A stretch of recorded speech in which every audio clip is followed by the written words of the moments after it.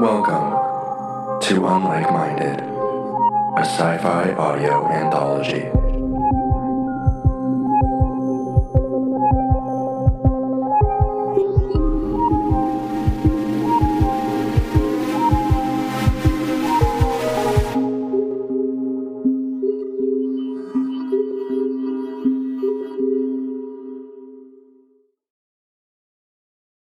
The Dive by Noah James. Harvey Friedman began his day the way he always did, by draping his wife's sewing mannequin with his clothes. He'd start with a pre-pressed white button-up shirt. Then, he'd loop a tie around its collar, and finally, he'd lay out some slacks on the floor where the sewing mannequin's legs could have been. In this, he was almost able to see himself, how others would see him, throughout the journey of his day, wherever that may lead him. The bank, the post office, the bagel store for lunch, the bagel store for dinner. The overwhelmingly endless possibilities availed themselves to him each and every day. Though, in many ways, Harvey's world was on rails, so to speak.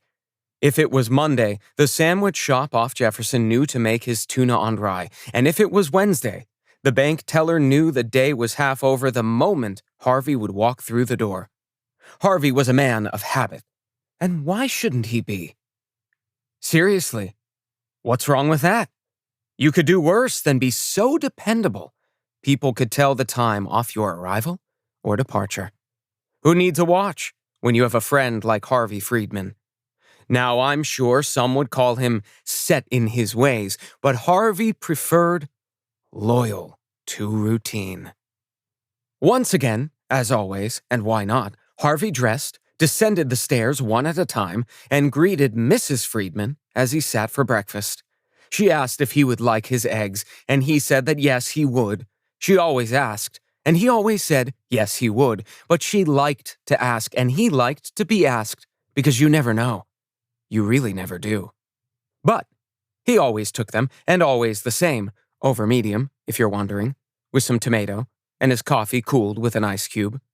When Harvey arrived at work that Monday, he swept away any dust particles that may have accumulated on his desk over the weekend, then placed his brown briefcase smack dab in the center. He clicked the left latch open, then the right, and with both hands revealed his day's upcoming work. He pulled 2 pens from the bronze holder on his left and flanked his briefcase with them. Time to begin, but as he bent to sit, one of the new secretaries appeared in his doorway. "Mr. Cardigan would like a word, Harvey," she said, gesturing for him to follow, and then quickly disappearing. Harvey really felt like he should just sit. He was basically about to complete the act of sitting, but at that point, well, then, I suppose I should follow, he said to the empty doorway, and so he did, to the roomy corner office that belonged to his boss. The secretary was waiting there to deposit him, and Harvey waited for Mr. Cardigan to finish up a call. "Harvey, listen," Cardigan began before even hanging up the receiver. "Something exciting has come up, a real opportunity, I won't lie to you. In fact, I'd be taking it myself if I didn't have the divorce looming over my head. Sorta Damocles. All that, you familiar with mythology?" Harvey shifted uncomfortably in the chair. Cardigan barreled on ahead. "My wife, for the best, she says. So..." He whirled a whiskey around in a glass, never picking it off his desk. "Back to the drawing board I go. Anyway," he pushed loose papers over his desk this way and that.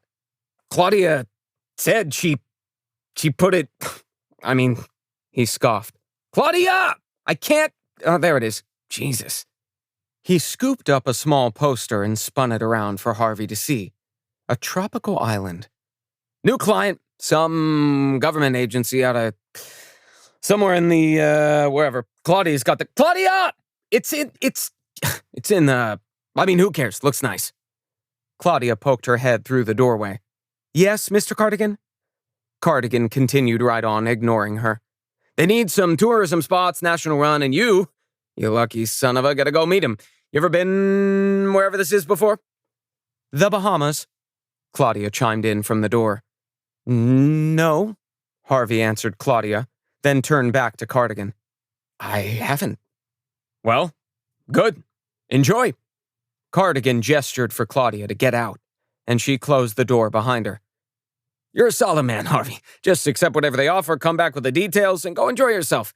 It's not rocket science, it's barely anything. Just say yes, smile, and eat some papaya for me. Harvey wiped the sweat from his brow. And I'm flying there? They'll be flying me? Cardigan stared back at him. Well, they sure as shit ain't sailing you there. You leave Wednesday and you're back in time for work Monday. No +1s, I'm afraid, so the missus will have to just enjoy the souvenirs. Get her something. Trust me. Trust me. Cardigan shook his head. All right. That's it. Why do you still look confused?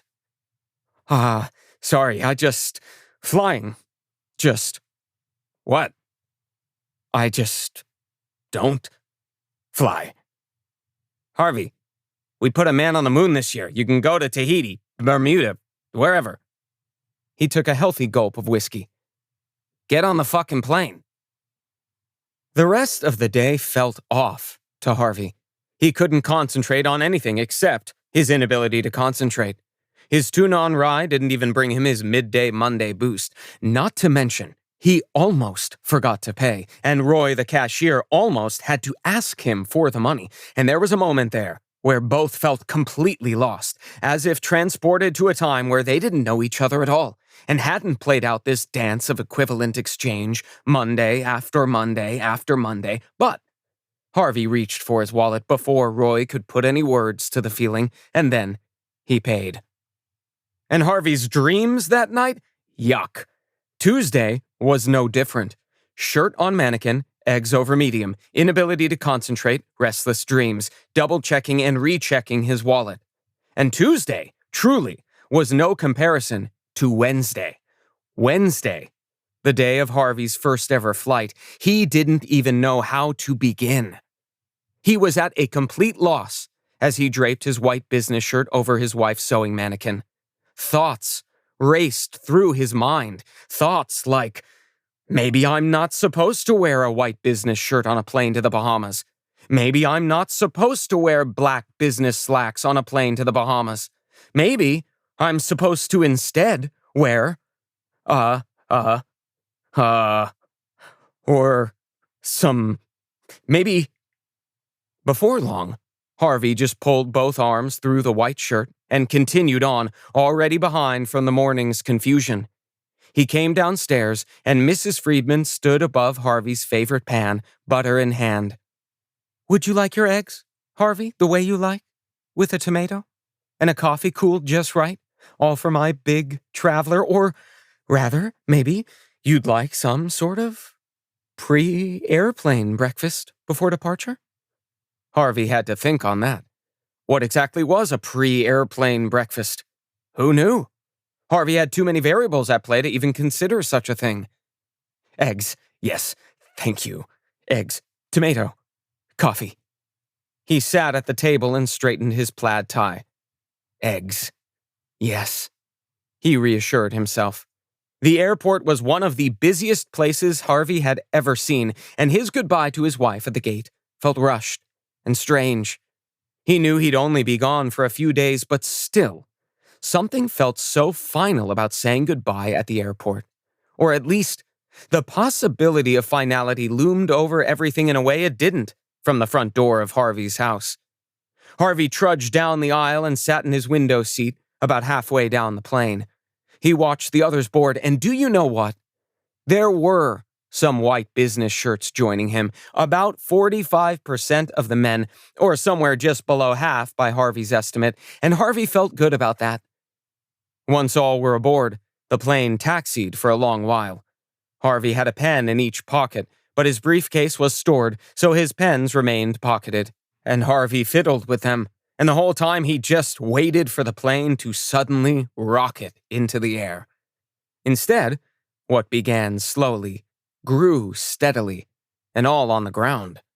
After a brief pause, they finally ramped up speed, and Harvey grappled with his armrest like a sparring partner. This was it. They barreled down the runway, and a light spattering of rain painted Harvey's window in streaks. Faster, faster, and then they were off, and Harvey's head felt like a bowling ball. He closed his eyes as he was pulled down deep into himself. What's amazing, though, is how quickly human beings get over the miracle of flight, and soon Harvey was ordering a small cup of coffee with cream and nibbling on a crumbly biscuit. His legs, though, never stopped bouncing beneath him. He watched the huge squares of development shrink below before they were engulfed in white, and then it all pretty much looked the same to him. It was so incredibly noisy, though. Harvey could barely hear his own thoughts as he watched the clouds slowly drift by. Slowly.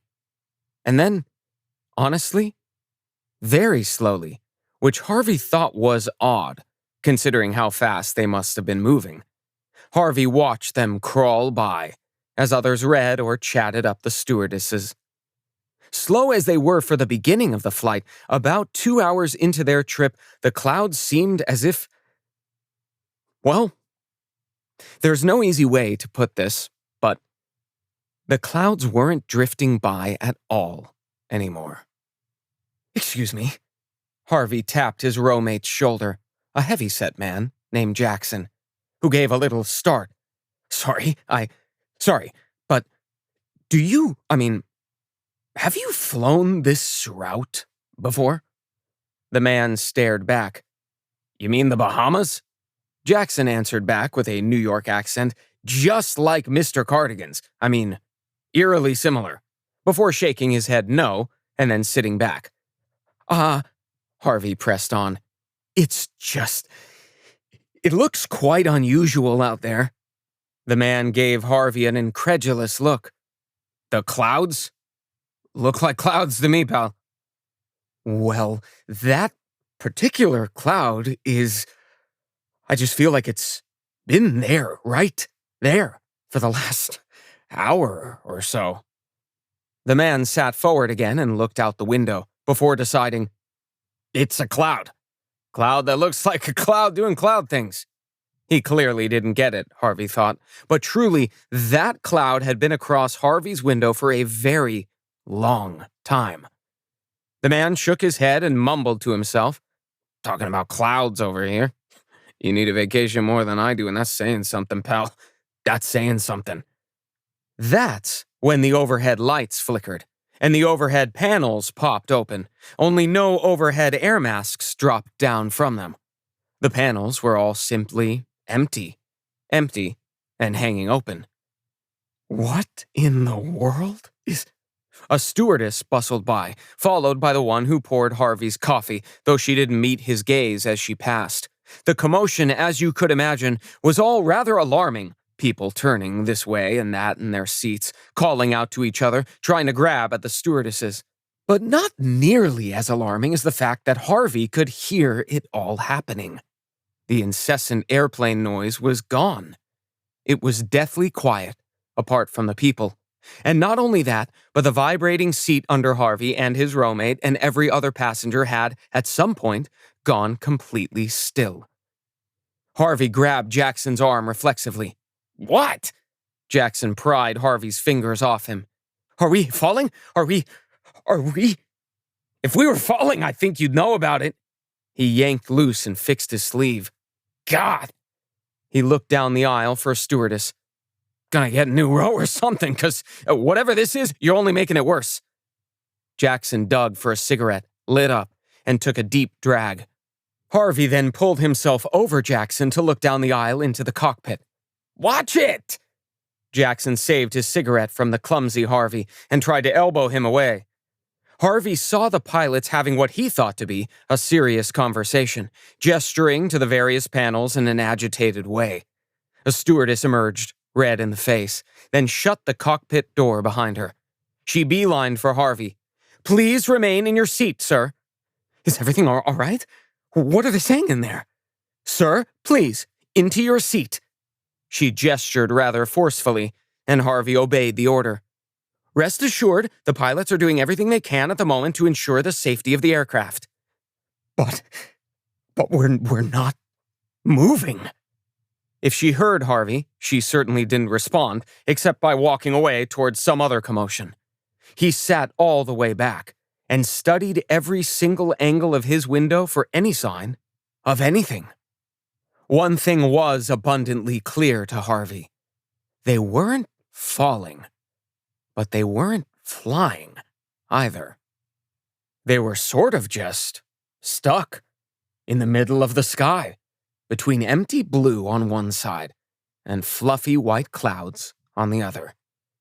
A man in front of Harvey, about mid-30s or so, was muttering to himself, rocking back and forth a bit, whispering things like, "I should have listened to her," and "I just had to go. I just had to, idiot." What was that? Harvey butted into the man's conversation with himself. "My mother. She told me not to fly to the Bahamas, said it was cursed. Said something about the triangle, Bahama, triangle something, damn it." Harvey sat back. A cursed Bahama triangle. He didn't like the sound of that. But also the man was strange and probably not the kind of person you pay much attention to in a crisis. An older, graying gentleman pushed his way down the aisle, his wife pulling at his sleeve and saying things like, "Mark, please, let them, please, Mark." A stewardess approached him with her hand raised, and he immediately shook his head. "Now look, I flew in the war, and I want to see what's happening in there." "Sir, I need all passengers to remain seated while we—" "I'm no passenger, I'm a pilot, and I want to talk with the men in front, please." "Mark, honey, listen to—" "Sir, sit. I will notify the pilots of your presence. Now, sit." "Well, notify them. Thank you." He turned back, passing by his wife.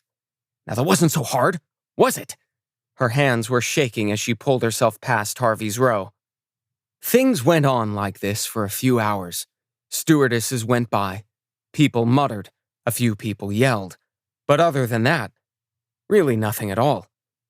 "Can I get some food or something? Golly, stewardesses, am I right?" Jackson said to everyone, and no one in particular. That struck Harvey as odd. Not the question, but, "You're hungry, are you?" he asked Jackson. "Not especially, I just need something to do, more than anything." "I'm not either," Harvey had realized. "But it's been—" He checked his watch. It read 2:10 p.m., though that couldn't be right. "It's been an unusual amount of time, I'd say." "Yeah, hours, I'd say. My biscuits are done," Jackson called out for any attendant who could hear.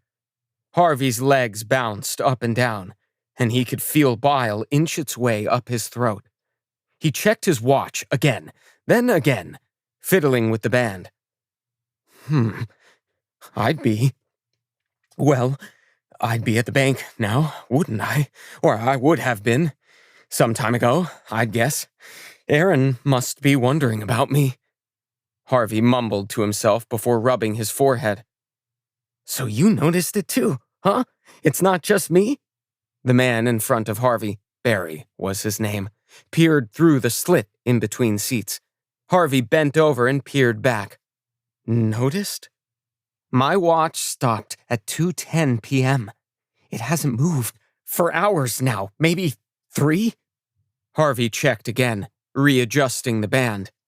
"Are you sure it's not just 2:10 still?" The man laughed, shaking his head. "Talk to me in a half an hour. All I've been doing is this." He raised his big, silver watch up for Harvey to see, then sank back into his seat out of Harvey's view. Half an hour passed. An hour passed. 5. It didn't matter. It was, still, and always, 2:10 p.m. Harvey tried to sleep. Some passengers actually did, judging by the snores in the otherwise quiet aircraft. He thought about his wife, what she would think of all this, though he didn't really know. He barely knew what he thought of it. He wondered if they'd be on the evening news. But for what? Nothing really was happening, or had happened, from what he could tell. That was until the first dive. It only took about 3 or 4 days, though who could really say, before the first passenger yanked open the emergency door and threw himself out to the empty blue below. There were lots of screams, then somebody shoved the door closed, and the man fell from view. No one spoke until Jackson bellowed out for some coffee next to Harvey and lit a cigarette. He stretched out his hand, then clenched it into a fist. "Nerves are a bit... damn." Jackson studied his shaky left hand, then shook it out. Harvey could barely breathe. Darcy, one of the stewardesses, approached their row, looking particularly pallid. "And can I get anything for you, Harvey?" "Nothing, thanks. Doing fine." "Aren't we all?" she murmured, and left for the back, passing the emergency row. Harvey hadn't eaten for at least a day. What was the point? He wasn't ever hungry, and the last time he tried, it just came back up. His stomach seemed to be unsettled. He didn't think it would be so hard to keep track of the days, but when you're not needing to eat, and the sun never moved, and you sleep in fits and starts, day 5 could be day 7, day 7 could be day 5 or 9, and a few weeks could really be months, years even. Never-ending eternity, maybe. The only way to tell the passage of time was by the number of passengers who dove. Conspiracies started spreading through the cabin sometime between the 3rd and 4th divers. All sorts of things whispered in the rear galley or through the cracks in the seats. The triangle, Bermuda, Harvey learned.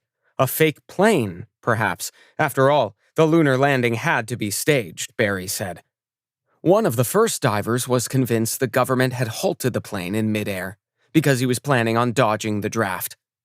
The problem with all the conspiracies was you just couldn't test them, except by maybe taking the plunge and seeing what was on the other side of the nothingness below.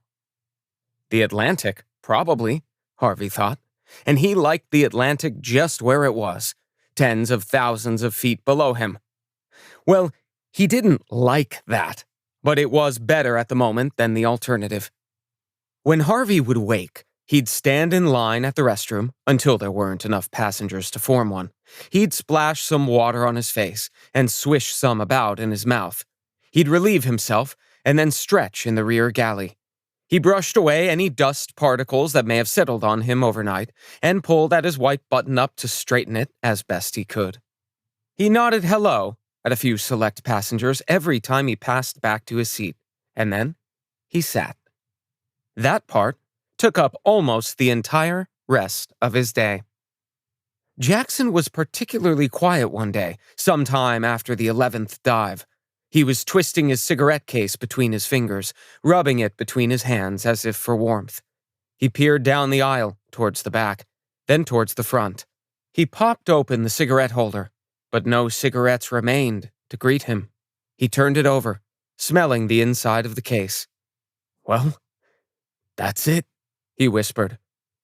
"Looks like the row is yours, Harv." "Jackson? No, don't say it. If it's my time, it's my time." He turned his empty cigarette case upside down, then clicked it shut.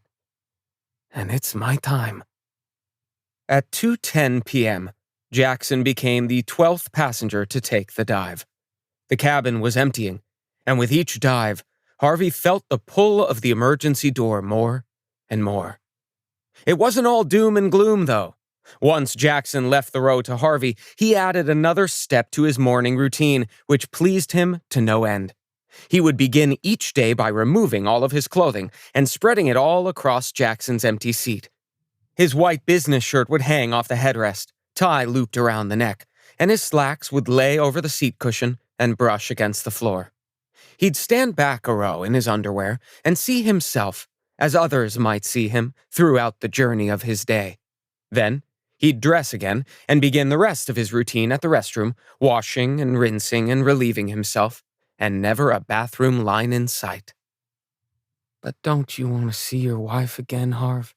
Sheila the stewardess asked, sitting opposite him on the floor of the rear galley, whiskey glass in hand, though no whiskey remained anywhere on the plane. Harvey pulled at his shirt a bit, noticing the wrinkles, not to mention the dry stains under his arms. What happens, you think, when you take the plunge? Harvey asked back. I imagine you wake back up. Or, Harvey countered, or you die, Sheila said, before taking a pretend sip of whiskey. They smiled at each other. But if everything has just stopped, can you die? If not, then you wake back up, back at home again, from whatever this turned out to be.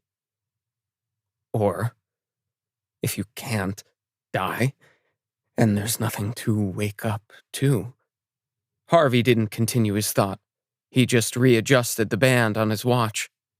Well, there's the rub, Sheila said, and then slid the empty glass on the floor to Harvey, who picked it up and pretended to take a sip. Thank you, he said. I've been thirsty. And he slid it back to her as she smiled. Sheila was the third stewardess to dive. Harvey was surprised any of them did. They practically lived up here, as far as he could tell. How different could it be? But dive they did, starting with Darcy, then the oldest, Marie, Sheila next, and then Shirley. Wake, undress, redress, splash water, rinse, stretch, walk, nod, sit, sit, sit, sit, sit, sit. Harvey was one of 4 people left. One pilot named Bert, an old woman named Kathy, who had made her home in the very front of the plane, a silent man in row 12 who never introduced himself to any of the other passengers, and Harvey. Once the last stewardess took the plunge, about a week prior perhaps, the atmosphere of the cabin accelerated very quickly to dreadfully dire. Without Harvey's wife there to launder his clothes, the wrinkles and stains were becoming unbearable. Or the stewardesses to answer any questions or get anything Harvey needed, or without Aaron at the bank, or Mr. Cardigan at work, or his Monday tuna-on-rye sandwich, or without Monday at all, for that matter. Harvey simply didn't know what he was anymore. After all, he was just the sum of the things he did every day and the people that he met along the way. But after an eternity of sameness and a diminishing list of fellow life-mates, the math just wasn't adding up to any sensible answer anymore. Harvey scrubbed at his shirt in the restroom. It was an incredibly small sink to wash her clothes in, so he did 1 article of clothing a day. Pant day was the worst, sitting around all day in his underwear, but shirt day wasn't much better. He lay out his dripping business shirt on Jackson's chair the best he could.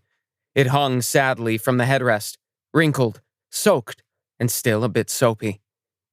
He looked at it, as if at himself, at what he'd become. He raised his palm to the heart of the wet shirt, and wept for himself, because he knew then and there that his time was finally near. He turned towards the back of the plane, to the emergency exit. The door to the world was calling. As his shirt dried, he paced and paced, talking to himself and to his wife, the version at least that resided in his head. What was he waiting for, he pondered, besides his shirt to dry?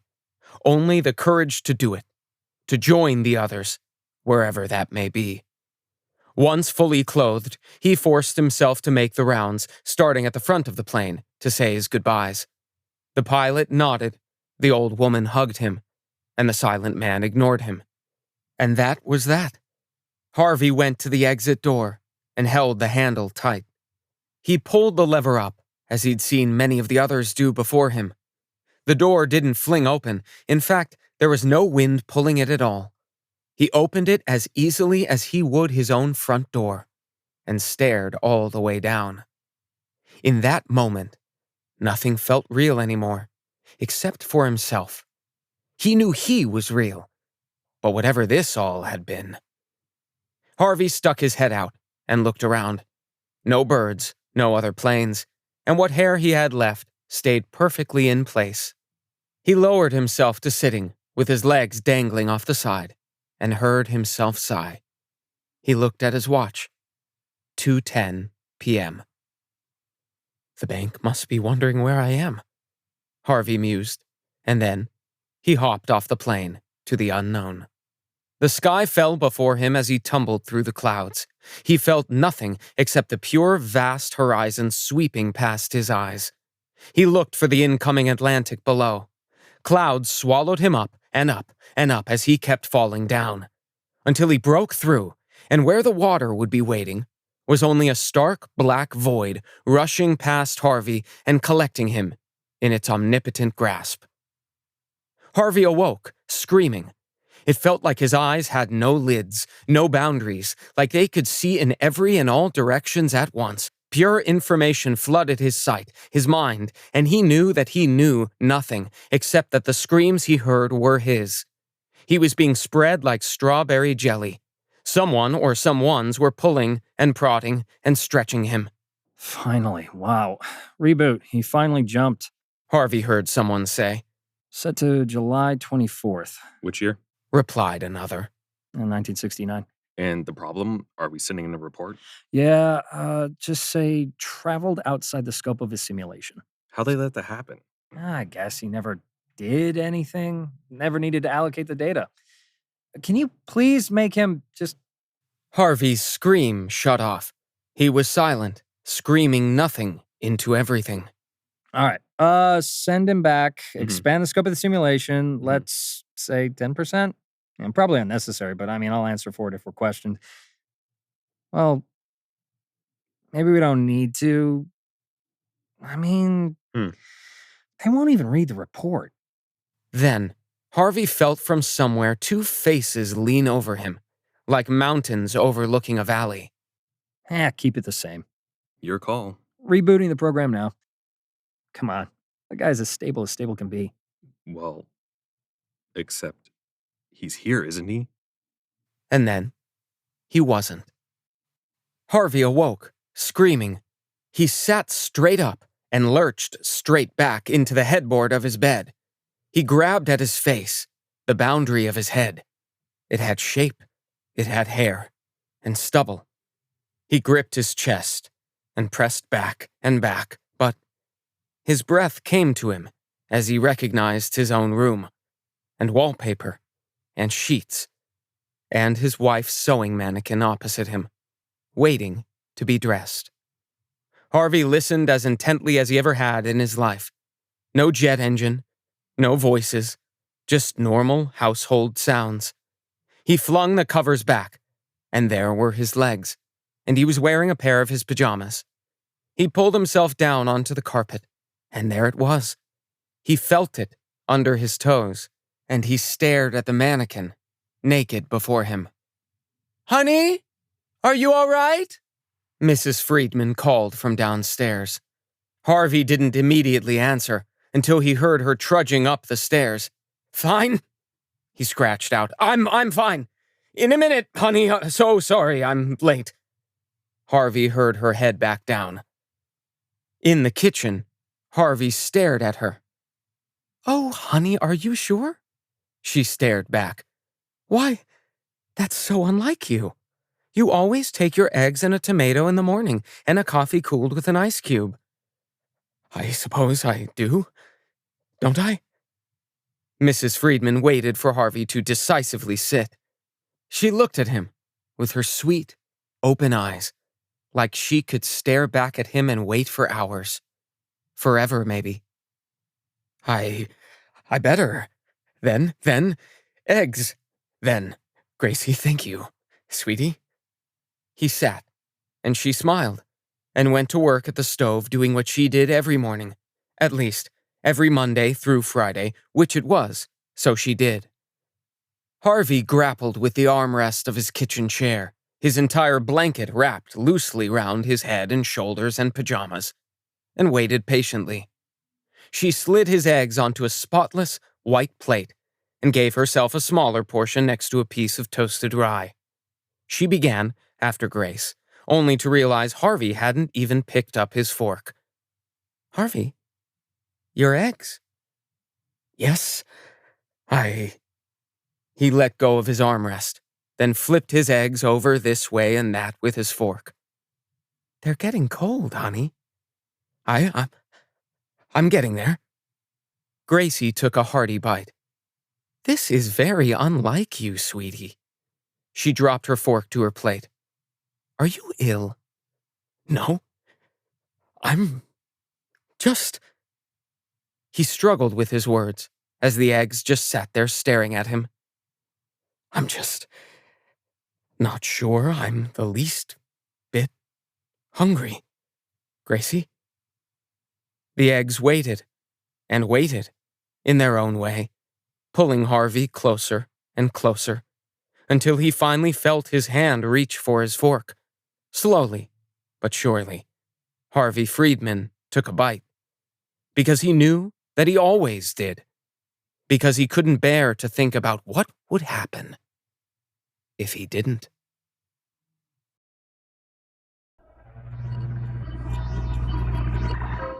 This has been Unlike Minded, a sci-fi audio anthology. Collection 2, A Traveler's Guide, stories about space, time, and other worlds. The Dive was written and narrated by Noah James, with the Mountainous faces narrated by Owen Virgin and Seann Madl.